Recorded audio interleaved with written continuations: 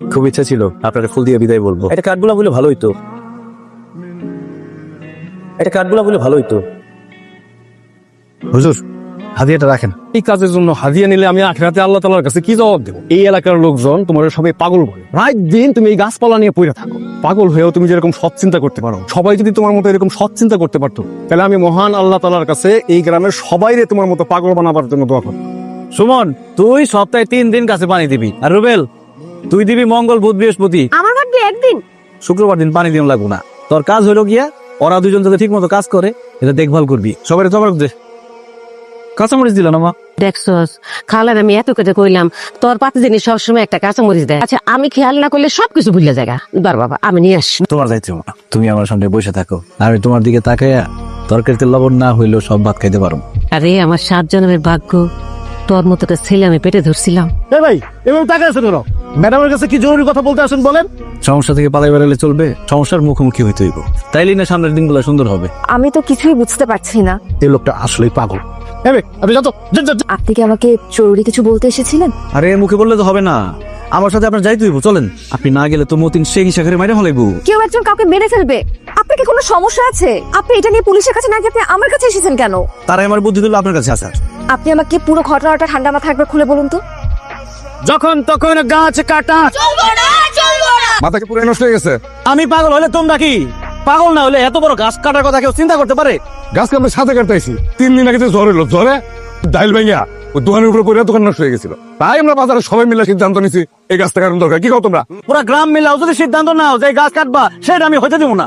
এই গাছ আমরা কালকে কাটবো, পারলে তুই পাল্লা দিস। আই সি, এই শাখা একটা গাছের নাম। আমাদের গ্রামের সবচেয়ে মুরব্বী গাছের নাম। এখন যদি আপনি আমার সাথে গিয়ে তাদেরকে না আটকান, তাহলে 2 শাখার আর বাঁচাতে পারুন না। রাখেন, এখন চলেন। এইটা কি? ঘুষ। আমি যারা বিয়ে করবো, আমার মা তারা দেওয়ার জন্য কানের 2 জোড়া রাখছিল, কিন্তু পাগল রেজে কেউ বিয়ে করবে না, এটা আমার মা বোঝে না। এটা রাখেন, চলেন। কিসব উল্টাপাল্টা বলছেন? এই অফিসে কেউ ঘুষ খায় না। এই চলুন, আমি দেখছি আমি আপনার জন্য কি করতে পারি। মতিন শেখ, উপজেলা থেকে বড় অফিসারে নিয়ে আসছি, বাইরে হওয়া পালাইবা কোথায়? সালাম আলাইকুম ম্যাডাম। হাত করে পড়েন ম্যাডাম।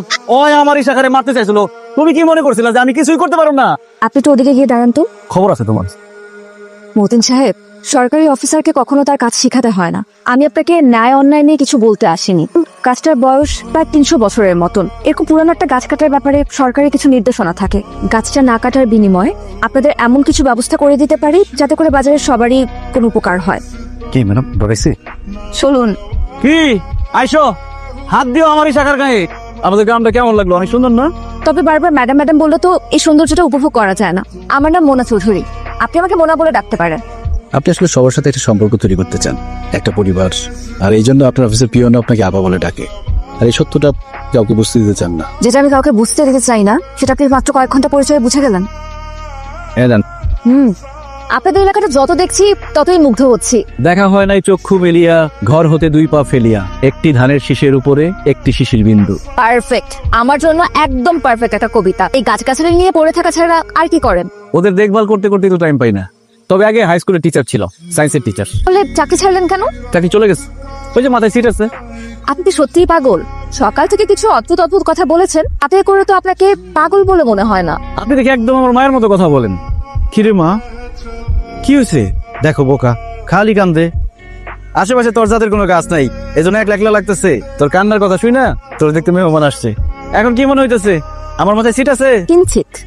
তাহলে তো হইলই, সময় থাকতে ভাগেন। জীবনটা নিয়ে আপনি যেভাবে খেলতে চাইবেন, খেলাটাও সেরকম হবে। এই জন্যই আপনার বলছিলাম, অতীত আর বর্তমান রে মুখোমুখি দাঁড় করায় দেন। দাঁড় করায় দিয়ে দেখেন কে বেশি জরুরি। সত্যি করে বলুন তো, আপনি কে? কিছুক্ষণ আগে আপনি এমন কিছু কথা বললেন, মনে হলো আপনি আমার অতীত থেকে উঠে আসা কেউ। পাগল তো আপনি না। এই বিশ্ব ব্রহ্মাণ্ডে আমরা কেউই কেউ না। ও বাবা, আমার না বলে 2 জোড়া নিয়ে গেছিলি কেন? যার জন্য 2 জোড়া নিয়ে গেছিলি সে দেখতে কেমন? দেখতে সুন্দর আছে, মনটাও সুন্দর, তার মনে না অনেক কষ্ট। ভাবতেছি তার বিয়ে করে হলো না, করলে মন্দ হয় না। তারে বিয়ে করলে তার ভয়ে কেউ আমার গাছের কোনো ক্ষতি করার সাহস করতে পারবো না। মেয়ে তোরে ভালোবাসলে এবার চলবো বাবা। দুনিয়াতে মায়ের ভালোবাসার মতো আর কার ভালোবাসা হয় নাকি? কালকের ওই লোকটা আবার আসছে। জাহিদ সাহেব, আজকে আবার কার নামে নালিশ করতে এসেছেন? প্রস্তাব নিয়ে আসছি। কি সেই প্রস্তাব? তার আগে বলেন, চা খাবেন? না, চা খাবো না, সরকারি অফিসে চা ভালো হয় না। এই যে মুখের উপর না করে দিলেন, কিভাবে পারেন এত সরল ভাবে বলে দিতে? আচ্ছা বলুন, কি প্রস্তাব আপনার? বিবাহের প্রস্তাব। আমার মারে আপনার কথা বলছি, সে রাজি আছে। আপনার সাথে আমার বিবাহে মায়ের কোনো আপত্তি নেই। আপনি তো দেখি আপনি কিসব উল্টাপাল্টা কথা বলছেন। আপনি কিচ্ছু বলছেন নাই। আপনার সাথে আমি শুধুমাত্র একটা দিন ঘুরেছি বলে আপনি মনে করলেন এটা প্রেম। যান, বের হয়ে যান। মারে কি বলবো তাহলে? আপনার যা খুশি বলেন, শুধু আপনি আর কখনো আমার অফিস আসবেন না। আপনি কি আমার কথা বুঝতে পারছেন না? আমি আপনাকে যেতে বলেছি, যান। পারলেন না। অতীত আর বর্তমানের মধ্যে কোনটা জরুরি সেটা বাছাই করতে পারলেন না। কি করতেছেন আপনারা? দেখেন না আমি গাছ কাটতেছি, জানি তো জান। তোর কত বড় সাহস, তুই গাছ কাটতেছস? তোর আজকে ভবের পিড়ন পিড়া উঘারা গাছ কাটবি। এদিকে তোর বাপে আমার দিছে কিছু, আমার মুখে মুখে তর্ক করস। আজকে তোরে কিরে বাবা, তুই এখনো ঘুমাস নাই? মোনার জন্য অস্থির লাগতেছে না। মোনা অতীতের একটা চক্রে আটকে আছে না। আপনি আপনি আমার বাসা ছিলেন কিভাবে? আর আপনি আমার বাসা আসছেন কেন? আপনার কাছে ক্ষমা চাইতে আসছি। ওর মা বলছে আমার প্রথম কাজ তার বৌমার কাছে ক্ষমা চাওয়া। আপনারা মা ছেলে। মুরব্বী মানুষ তো আদর করে বৌমা বলে ফেলছে। আপনার অফিসে গিয়ে ওইভাবে আপনার এই কথাটা বলা উচিত হয়নি। আমি লজ্জিত। এখন আপনি যদি আমার ক্ষমা না করেন, আমার মায়ের মনে কষ্ট লাগবে। ঠিক আছে, এত করে বলতে হবে না। আমিও সেদিন একটু বেশিই বলে ফেলেছি। বসুন, আমার বাসায় প্রথমবারের মতন এসেছেন আপনি। আপনাকে এক কাপ চা বানিয়ে খাওয়াই।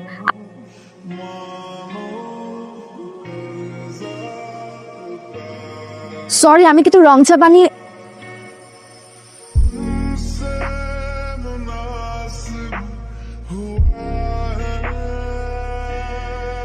শোয়েব, জাহিদ সাহেব লোকটা আছে না, তাকে তোমার কেমন মনে হয়? লোকটা যখনই আমার সামনে আসে আমার লোকটাকে স্বাভাবিক মানুষ বলে মনে হয় না। তুমি আমার একটা কাজ করে দিও তো, দীনেশ বাবুর থেকে ওই লোকটার ঠিকানাটা আমাকে একটু এনে দিও। জাহিদ বাড়িতে আছেন? জাহিদ, কেউ আছেন বাড়িতে? আসসালামু আলাইকুম। আপনি মোনা? জি, আপনি? আমি জাহিদের নানি হই। জাহিদ কি বাড়িতে নেই? বাড়িতে নাই, তো আপনি যে আসবেন ওইটা আমার বলে গেছে। উনি জানতেন আমি আসবো। আমি আসলে ওনার একটা জিনিস ফেরত দিতে এসেছিলাম।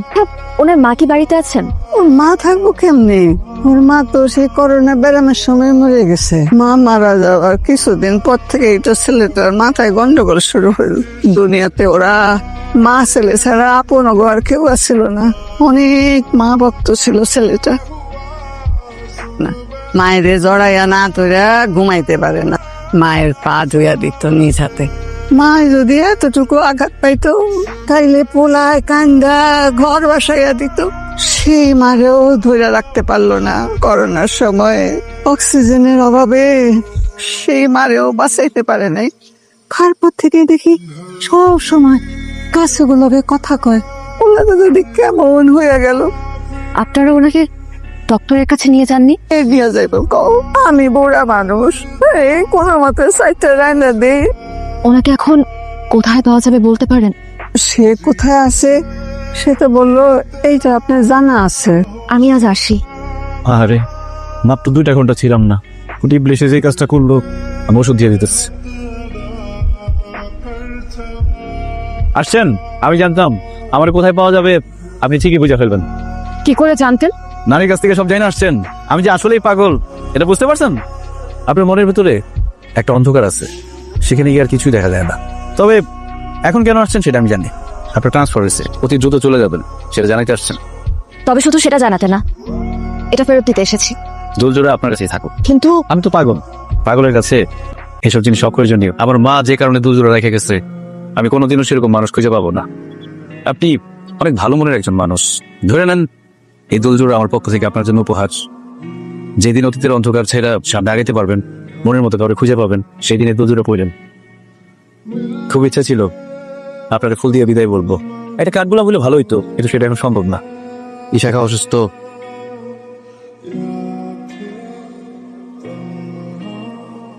এটা কাঠগোলাপ বলে ভালোই তো,